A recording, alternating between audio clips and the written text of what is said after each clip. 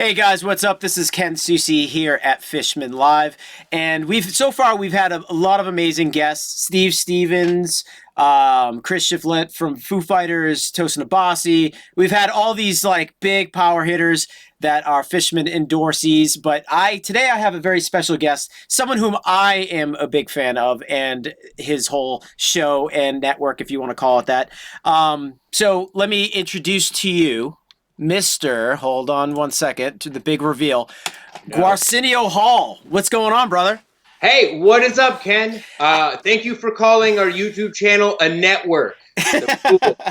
I'm surprised that you live in an actual house. From the visual behind you, I see a Van Halen poster and a bunch of sick axes. I figured you'd be in a castle somewhere. Yeah, most people do. It's either that or it's here, the Saint Vitus basement, and sometimes I can trick people into thinking that's a castle, even though it's pretty much a dungeon full of light beer. So, all right. So you live in New York City, right, or close to New York City? I do, yeah. We're a Brooklyn-based show. And that's just how it is. Yeah. So let me ask you about, like, first of all, obviously we're going through this whole pandemic or whatever it is that you want to call it. What are you noticing outside? Like, obviously, St. Vitus is closed, right? So I know that you've been affected by this because you can't do your regular show. What have you been doing in order to kind of like push the 2 minutes to late night project out there? Well, actually, before the pandemic hit, we kind of planned to do like a bedroom cover series anyway. So basically, we're doing like a big part of our show is at the end we do a musical number. If you don't know what our show is, it's a talk show. We talk to all types of musicians, and it's almost like a music variety show. And at the end, we usually play a really weird, twisted cover song with our guest. And we realized like one of the most difficult things is to get the artists we want on the show because of scheduling or whatever. So we had actually planned to start doing like home recorded covers to make it easier for the musicians that have wanted to be on the show but have too much obligation to pull that off. So we started doing that, and it's just it seemed to be really helpful during these times because people need an outlet to perform and have fun, and I guess do something that feels creative but loose at the same time. I think the pressure for people to feel like they have to write an entire album when they're stuck at home and feeling like they're having the same experience as everybody else. It's hard to feel creative when you feel like everyone's experiencing the same thing. Nice. No, totally. I totally agree. Oh, by the way, guys, we are broadcasting on YouTube, Facebook, and let me think. YouTube, Facebook, and Twitch. Sorry. So if you have any questions for Mr. Gwarsenio, please pop on and ask them. I will be seeing them. He will not be seeing them, and I will be reading them. One guy, Jimmy Alexander Rambos Rivera, wrote demos, please. So I'm assuming he's a big fan of your demos. I don't know what that means. Well, yeah. If you subscribe to our Patreon, how we do the covers is usually I do like an arrangement by myself to kind of lay a map for everybody. So on the Patreon, you can hear the demo of like the idea, how it started and how it transformed when everybody kind of laid their piece on it. Nice. So, yeah. So basically, so I'm gonna just say straight off the bat, like just me being a YouTube and Instagram junkie, I found you out through Steve Brodsky's projects and stuff like that. I'm a big fan of Steve Brodsky. How did all this start? Because I'm super just curious as to how you teamed up with Steve, because he's a busy guy as is. How did this all come about? Well, I was working for I've been a video producer for a long time. I've worked for several different websites, and I'm always trying to pitch stuff. And I was working at a certain place, and I was constantly trying to come up with funny things to do musically. Mm-hmm. And the idea for 2 minutes actually came out of a music video pitch I had one time. I went down like a rabbit hole of watching old white zombie performances on talk shows. Yeah. And all of them are just like a VHS rip of like, it's like David Letterman is like, these guys look like cowboys that are made out of couch, like a leather cow. Here they are, white zombie. And I thought it was really funny. And like a local doom metal band from Brooklyn called Godmaker are really cool. And they were like, we want to do a music video, but we don't have any money and we want it to be a performance. And I thought of like an easy way to get around just it being like a band in a fucked up house would be to stage it as if it was the musical performance of a talk show. And I came up with yeah, the host will have corpse paint and then he'll introduce the band and then we can just make it look like an old talk show the whole time. And then the more I like wrote into the lore of this fake talk show, I was like, I just kind of want to make this show. Yeah. And I met Steve actually through like I just saw a Mutoid Man open for somebody at Saint Vitus, and I didn't realize who everybody was from this band. Because Steve had like longer hair at the time. I didn't know what was going on with Ben Kohler because he's in a million things. I didn't even know he was in this band, so I looked. I thought they kicked so much ass that I went home and I looked him up, and I saw that like Steve was like doing guitar lessons at the time. Yep. And I had been wanting to get back into like honing the chops a little bit because I had just been away from like riffing and stuff for a while. So he started just giving me guitar lessons, and then we kind of became friendly through that. And the more I told him about all of like the comedy stuff I had been pitching with musicians, because me and my partner on the show, Drew, we always have like, we've been saying for years, like everyone in a band also wants to be a comedian. Yep. And I think like vice versa. Yep. So we, then Steve, like I had been pitching stuff and Steve was like, you need to meet like my bass player and my drummer because they're just maniacs. And then we just started talking, and eventually I just pitched the idea of this show. And the company I was working for wanted to see like a pilot of it. Yep. So we just kind of went out and made the first pilot. They didn't end up picking it up because this is a company that just keeps firing their like heads of video. Yep. I had to keep reintroducing it to like a new person, and eventually I just released it on my own because I was like, this is nuts. No one's gonna stay in this role. Yeah. Yeah. So you grab the band, you grab Steve, you grab Ben, and like you just kind of put the band together, you put the show together. But like the hard part as a comedian, I would say, is because I've done actually stand-up comedy. I used to be in a band, well, a comedy duo. It used to be called the Sweatpant Boners, and we used to go to comedy clubs and sing like songs like "Save Your Virginity Until We Get to Your Town" and like "I Put a Baby in You" and "We Drink in the Pit." Like we had all these funny songs that we do. The aspect of playing music in front of people and being like Adam Sandler and being funny is one thing, but to actually entertain an audience for a variety show is kind of difficult. So what was it like, kind of like creating that and getting in front of an audience and trying to bring this thing to fruition, right? Yeah, I think, getting like the pilot, the original pilot we shot in front of nobody because no one knew what we were. Why would anyone show up to see like nothing? So we were I think we tried a bunch of different stuff the first time we shot it. And I think like getting a couple of different takes and getting to, figure out everyone's chemistry. Like in the first episode, like Steve doesn't talk or even have any lines, but then eventually he yells. Yeah, now he yells, but we like had to figure out that that's what his like. He just started. We would give him lines in the show, and he would just yell them.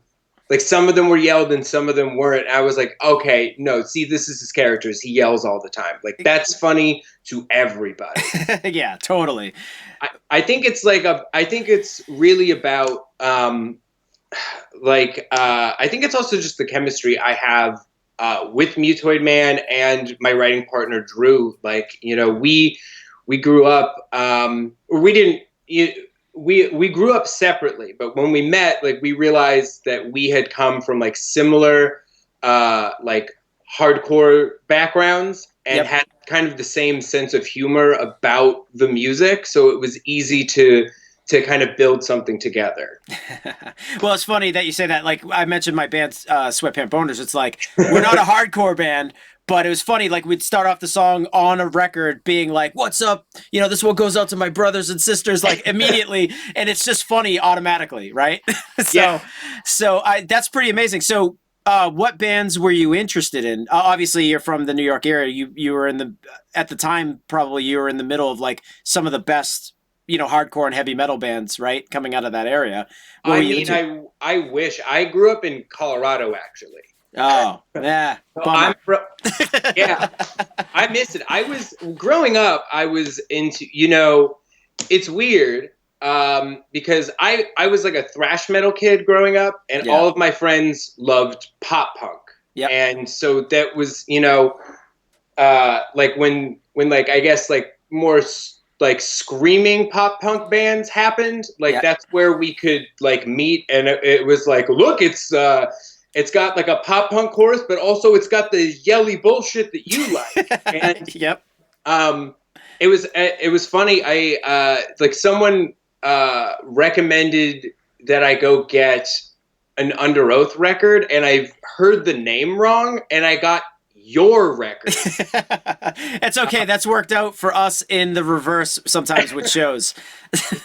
Yeah, dude. Well, I was so excited when I got like the like I bought the oncoming storm, and I was like, wait, oh my god, my friends like this. Ah, sick. And that kind of just kickstarted me getting into like more metal and metalcore, and I think I was really excited about that. Like that was how I kind of got in. Yeah. Weird. That's pretty funny. Actually, to a story just like that, like, so we got offered a show and it was for a lot of money, and it was in South America somewhere, and we're like, okay, yeah, we'll just show up. We didn't really even look at who was playing the gig, but the headliner was Pearl Jam, right?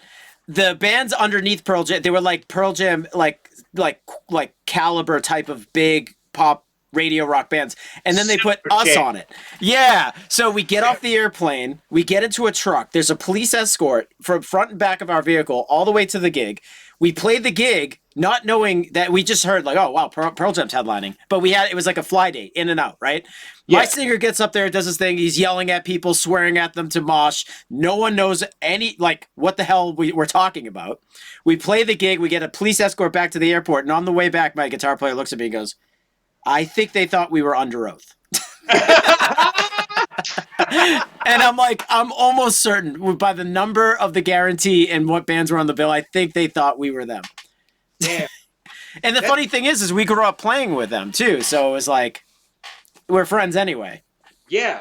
That's fun. You guys, did you guys ever do things like intentionally switch? No, Like, I wish. Parent Trap? I wish, but we're not. Our singer's not as good looking as their singer, like that type of thing, and he's not as tough as Trevor, so it doesn't work out. But Yeah, you should put pillows in like the sleeves of a hoodie, and then dye the other guy's hair blonde. Dye Trevor's hair blonde. Yeah. It was super fun.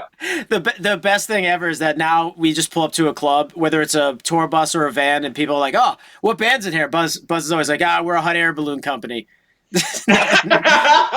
Nothing exciting, but one time someone was like, "Oh, cool," and he knew everything about hot air balloons. So he literally started talking to Buzz about hot air balloons. He's like, I'm just kidding, we're a band.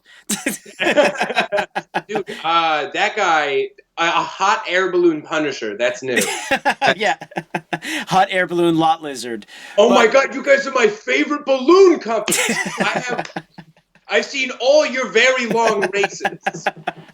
That's amazing. So you gotta tell me, like, how often are you guys doing 2 minutes to late night? Like, because obviously you must have you're in with Saint Vitus, so I'm sure they just give you the room. So how often do you actually do broadcasts there? Well, how it worked is we made the pilot, and then it gained a lot of like traction, and we were trying to to just shop the show around. And, we kind of made the original pilot to be for like a company. Like we were making sure that everything was like copyright safe. And, we weren't doing covers on the show.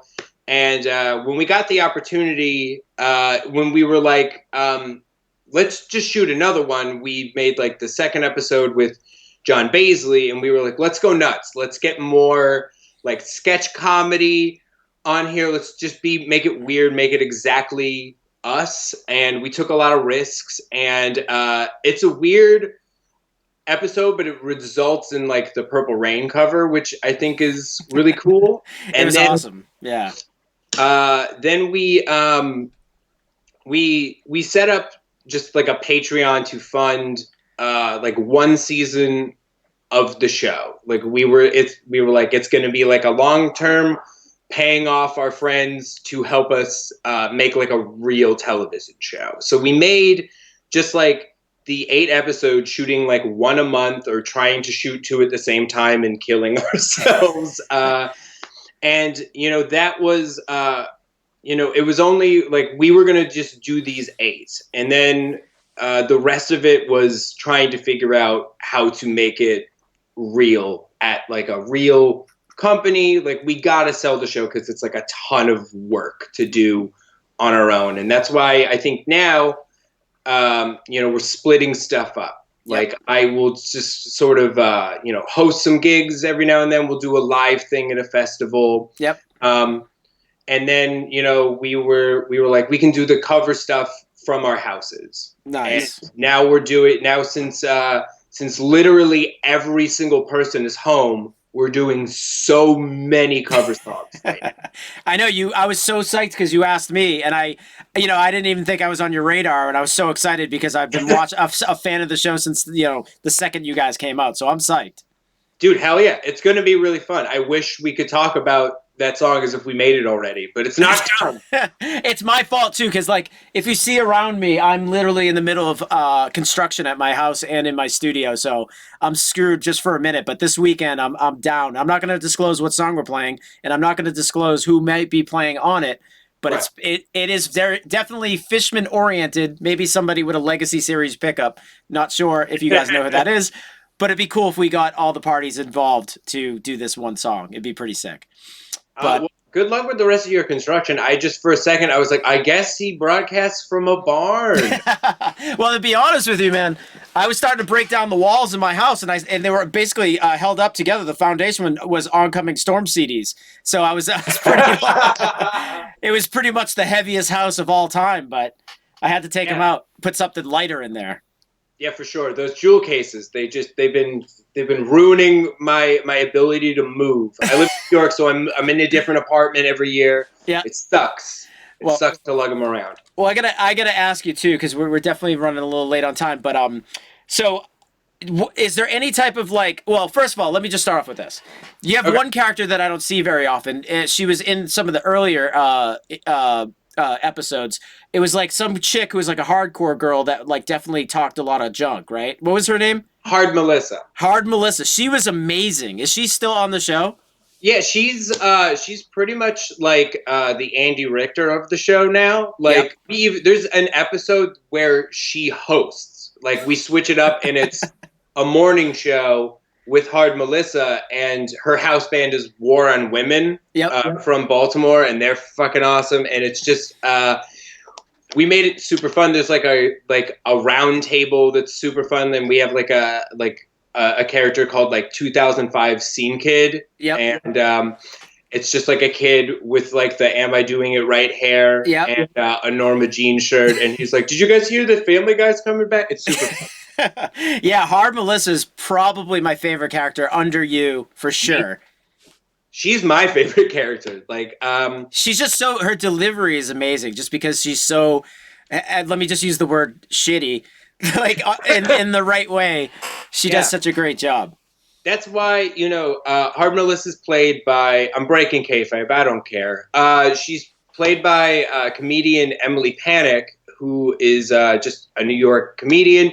She's also a musician, but she works mainly in like like the indie rock scene. Like she works with bands like Foxygen Yep. and stuff, and she's super talented. But because of her sense of humor, because I've known her for a long time, I was like, I made up the character for her because I was like, only she can play this character. Only she has like the gift to be so mean to somebody and have them not get upset at her. It's hard too because she's so mean, yet like you can't. I feel like you don't even want to approach going back at her. Like if I was on your show and I was your guest and she was like pretty mean to me, I would probably lay off. I'd just be like, I have to let her have it because I don't think I could. I don't think I could go with her. I don't think so at all. There's literally no one has ever gone back at her. She just says something and they go, yep.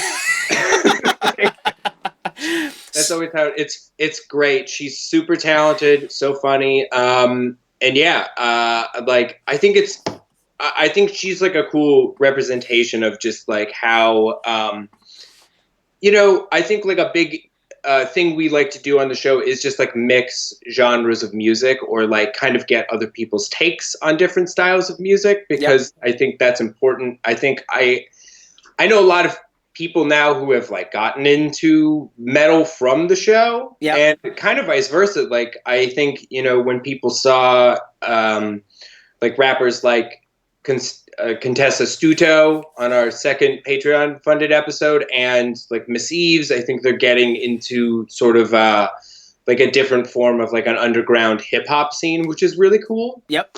Yeah. That's awesome. Well, let me ask you this question too. So is there any animosity with any of your cast members because you are the only one that gets to wear face paint? Well, I think it was originally like in the first two episodes, like Nick was wearing face paint, and after a while, I think you wore better. Well, he was like, "Fucking putting on face paint sucks," and I was like, "I know, it's the worst." It takes at least an hour and a half to do this. And he was like, I don't really want to do it. It like burns your eyes after a while. So he just kind of dropped it, and now it's just me, and then it's Mutoid Man, and I think at first people were like, I want to be a face paint guy too, but now they're like, fuck no, I don't want to do that. That's exhausting. Well, it's funny because having all the years experience touring, I've toured with a lot of different bands, like Slipknot for one. They kind of do themselves up every night. Gwar, we just played in New York with Gwar. They do themselves up every night, and I always ask them. That's always my first question is like, oh my God, you do these meet and greets hours before the show. Like, doesn't it suck getting dressed? Or you're playing an extremely hot venue, right? Or if it's an outdoor thing, 105 degrees outside. Doesn't it suck wearing all this equipment? And sure enough, all of them are always like, yeah. I mean, that's the price you have to pay. Like even, you're doing a Fishman Live right now. You were still doing your makeup. Yeah, dude. I had to you were like, you want to do a thing? Every time someone's like, do you want to do like a video or something? I'm like, all right. Okay. Let me see how much, it's been hard to get more makeup. I have to conserve, when we do the covers, I have to record my parts of the songs. I have to clump them all together. I have to try to get like 4 done. Number one, because I don't want to put on more makeup. And number two, because I don't want to run out of makeup. Well, that's the thing. Like you have to have an endorsement by now, right? No, I'll hawk your shit. Once Fishman starts making face paint, right? Which is that's the next step. I think we'll have you as our first endorsing artist. Make face paint, pickups, probably also just go fishing poles, man. People probably think that anyway. Come for that Bass Pro Shop money. Exactly. Yeah. No, I gotta say it does suck. It does suck having to wear makeup, or you're now that guy. You're the face of this thing, and whenever you have to do something, you're now nailed to the cross in order to do so. It's a bummer. I feel for you. Yeah, I think the weirdest thing is like when I have to do podcasts and people are like, "Do we call you like if I do a podcast, it's like, do you want to be Gwarsenio or do you want to be like your real self?" I was like, "You can't even see I'll just do it as me." I'm gonna say your real self is not as exciting as Gwarsenio Hall, right? No, probably not. Because in real life, like I'm not I'm just like a guy. I'm just like a 5'8" guy. Whatever. Yeah, as you said, no one wants to see your LinkedIn. Yeah, exactly. No, no, no. But also, like I think like that part of it is really good because I get to have some anonymity from stuff. Yeah. I don't have to like when I'm just myself. Like, there's no. I have like glasses on. I look like everybody else in Bushwick. So whatever. Well, you don't have, like you're not on a date with somebody and then you're getting recognized at like, wherever, the Cheesecake Factory, right? You don't want that. Dude, I mean, in these times, I would love to go to a Cheesecake Factory. Yeah, no, it's funny though. Like, I have I'm a polarizing guy.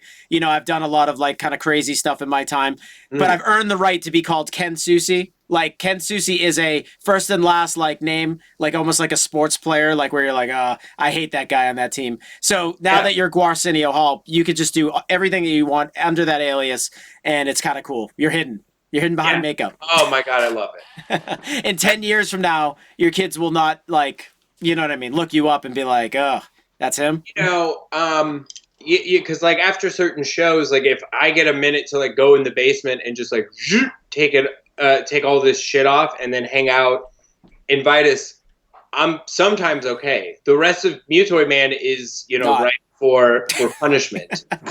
They're used to it though. They're seasoned. Yeah. They're like, all right, here, I'm going to wheel the cabin and like out to the van and hopefully I'll avoid.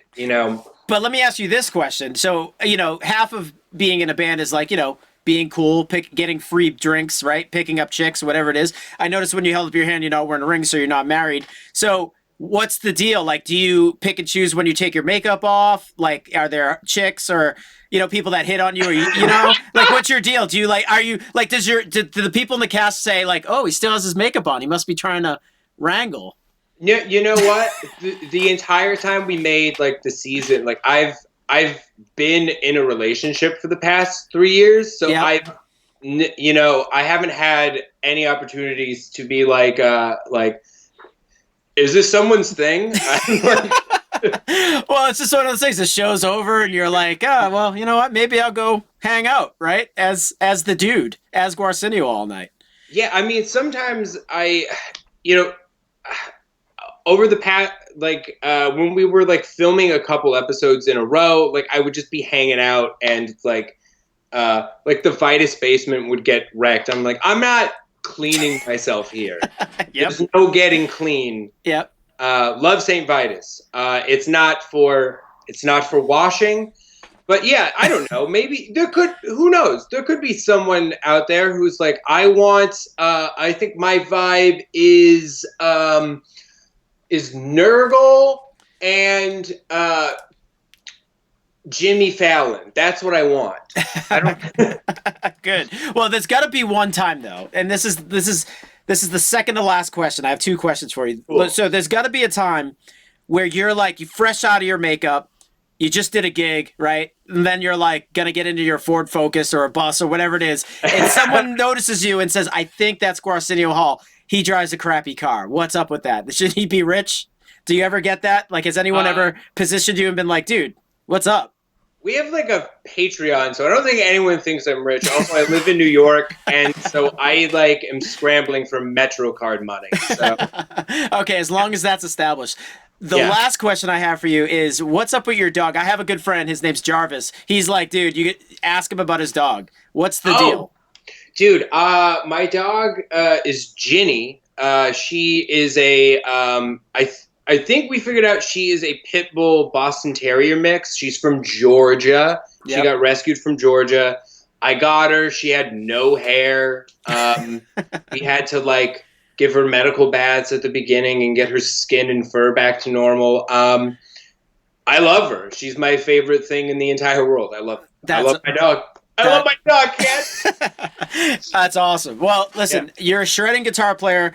2 Minutes to Late Night is one of my favorite shows, so I'm glad that we got to have you on this on the Fishman Live. Even though you're not a Fishman artist, I thought it was cool to highlight what you're doing. Maybe I can send you a set of Fluence pickups to try out because you are a shredding guitar player. I've heard you play, so. Thank you. Yeah, I would like to endorse Gwarsenio Hall and put you on my artist roster with a picture of you on the Fishman page. So let's see if we can work that out. Oh yeah, man, let's do it. Okay. I got guitars that need new guys, so let's do it. Also, you brought up Jarvis. I'm supposed to ask you about pepperonis. Oh yeah, pepperonis. Can't answer that on camera. Oh, okay. Here's the thing. I'm a vegan, so I get it. We'll have this hard talk after. Yeah, let's just say that he and I, there's a lot of exchanges of, we actually follow Roni Cups on Instagram, and it's just pepperonis, but like when you cook a pepperoni, it curls and it collects that oil. It's a whole page devoted to that. So he and I are constantly sending Roni pics or Rones to each other. Nice. Well, love to see it. Yeah, do a shot of Roni juice. Well, hang tight. I want to talk to you after the feed. But guys, thank you so much for watching Fishman Live. I hope this was entertaining for you. This is Gwarsenio Hall from 2 Minutes to Late Night. If you want to check them out, go on their YouTube page. And yeah, that's about it, guys. We'll see you next time. Tomorrow we have Mr. Butch Walker joining us. Oh, yeah, since you've been gone, fame. Definitely awesome. Sick. So guys, thank you very much. Take it easy. And